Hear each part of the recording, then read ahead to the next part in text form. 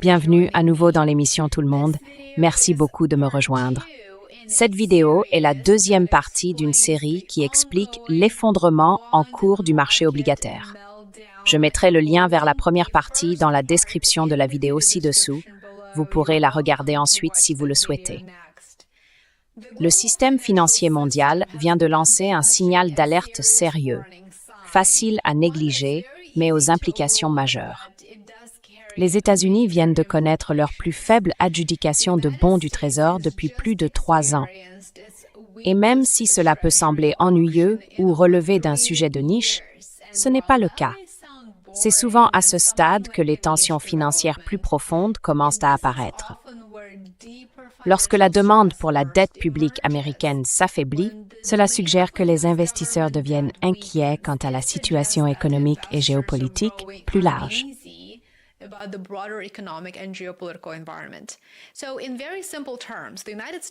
En termes très simples, les États-Unis financent leurs opérations en émettant de la dette, en vendant des bons du Trésor américain.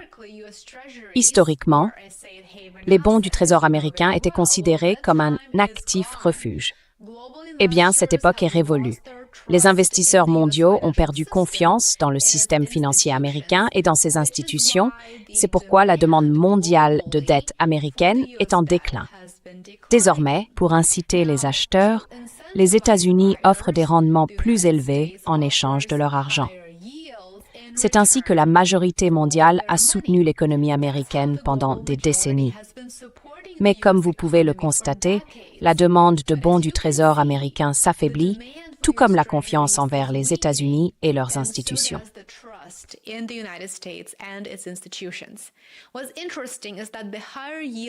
Ce qui est intéressant, c'est que plus les rendements augmentent, plus les États-Unis doivent payer d'intérêts à leurs détenteurs d'obligations. C'est donc un cercle vicieux, vraiment vicieux.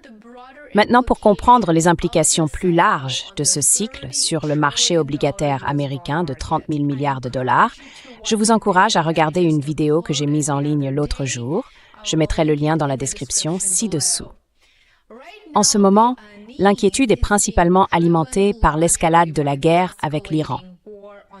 Le changement est devenu évident la semaine dernière lorsque le Trésor américain a tenté de vendre 69 milliards de dollars de bons à 2 ans. En général, ces adjudications se déroulent sans incident, avec une demande très forte, ce qui maintient les rendements à un niveau bas.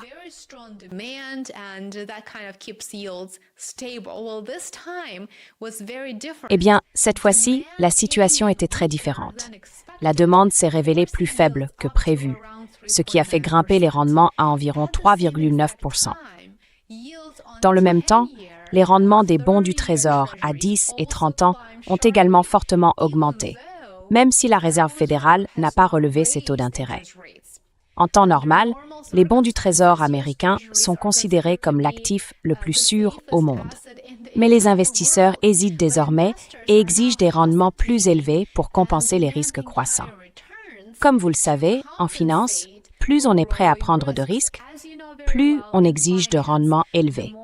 C'est exactement le même mécanisme ici. Une grande partie de ce changement peut être attribuée au développement au Moyen-Orient.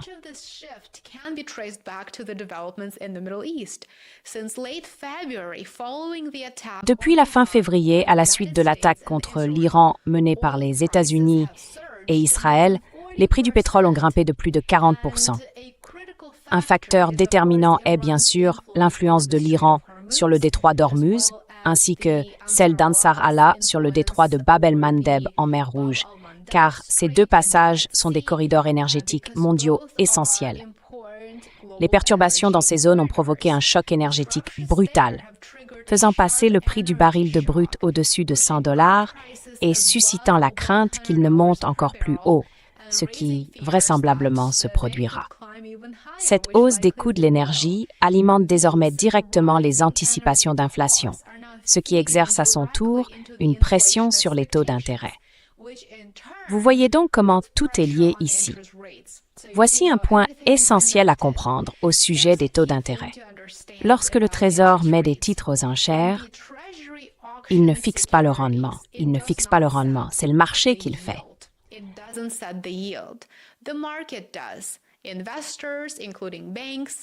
Les investisseurs, y compris les banques, évaluent le risque de durée, le risque d'inflation, les besoins de liquidité et le coût d'opportunité, puis ils soumissionnent en fonction de leur évaluation. S'ils estiment que le rendement proposé est trop faible par rapport à ces risques, ils ne participent tout simplement pas ou soumissionnent de manière moins agressive. C'est exactement ce qui s'est produit lors de l'enchère de la semaine dernière. L'incertitude liée à l'inflation a rendu les investisseurs sceptiques et très inquiets. À mesure que les préoccupations concernant l'inflation augmentent, les investisseurs deviennent plus prudents. Ils se retirent des obligations à plus long terme, raccourcissent leurs horizons d'investissement et attendent davantage de clarté. Ce comportement reflète également une inquiétude plus large. La combinaison d'une inflation croissante, d'un endettement public massif, un endettement public, dirais-je, hors de contrôle, et d'une guerre en cours sans issue claire en vue.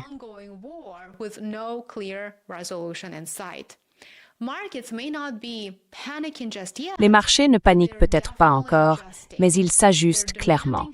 Ils exigent des rendements plus élevés en compensation de cette incertitude croissante. Dans le même temps, en arrière-plan, le gouvernement américain fait face à une réalité financière redoutable. Au cours de l'année à venir, environ 10 000 milliards de dollars de dettes devront être refinancés. Parallèlement, environ 20% des recettes fiscales fédérales sont déjà utilisées uniquement pour le service de la dette existante. Je le répète, environ 20% des recettes fiscales fédérales servent à l'heure actuelle à rembourser notre dette existante. Les dépenses supplémentaires liées à la guerre, qui pourraient atteindre des centaines de milliards de dollars, ne font qu'alourdir ce fardeau. Cela va devenir vraiment, vraiment grave et très très vite, comme vous pouvez le constater.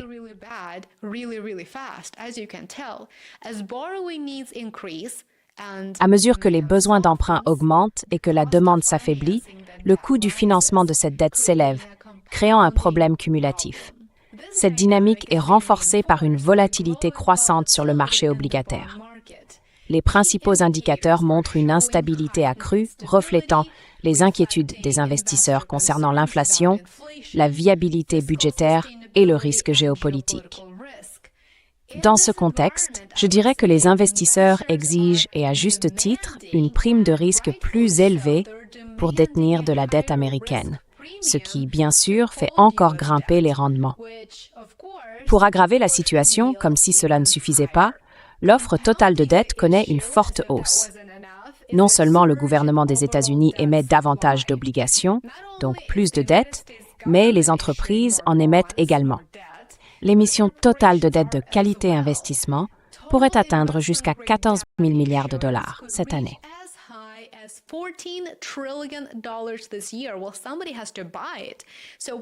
Eh bien, quelqu'un doit bien l'acheter.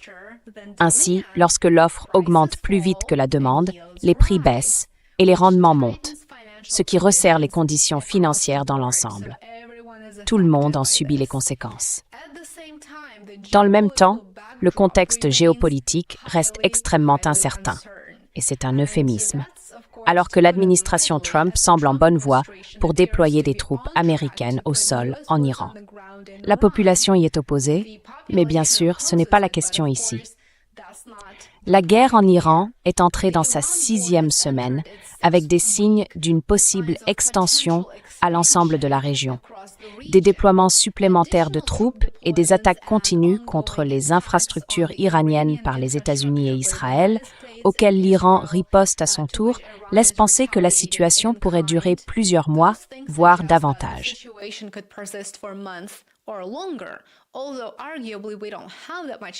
Bien que, selon certains, nous n'ayons pas beaucoup de temps, car d'ici là, l'économie mondiale serait en pleine dépression.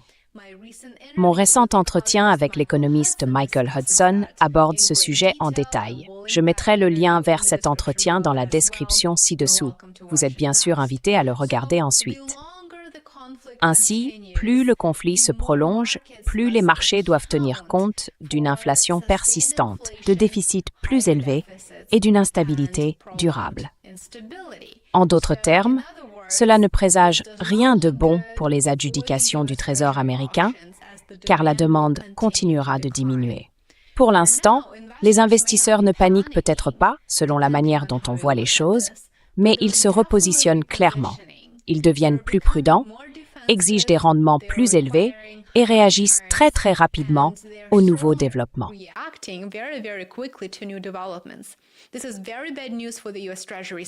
C'est une très mauvaise nouvelle pour les bons du Trésor américain.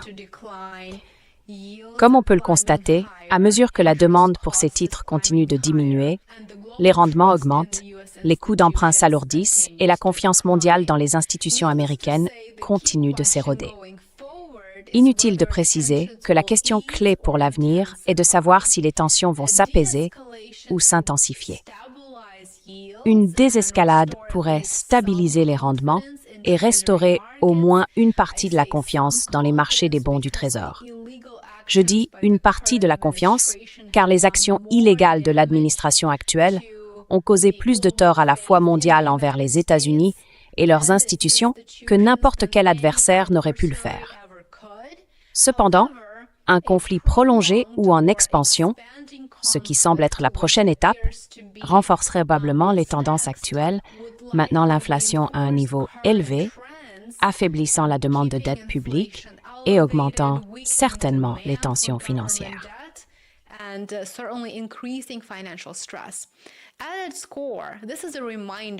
Au fond, c'est un rappel d'une vérité fondamentale. Le marché obligataire joue un rôle décisif dans la formation des résultats économiques. Souvent discret en arrière-plan, il détermine en fin de compte le coût de l'emprunt pour les gouvernements, les entreprises et les consommateurs. Et comme les événements récents le montrent, lorsque le marché obligataire commence à évoluer, c'est le signe que des changements plus larges sont peut-être déjà en cours. Merci beaucoup d'avoir regardé. J'espère que vous avez apprécié ce court épisode.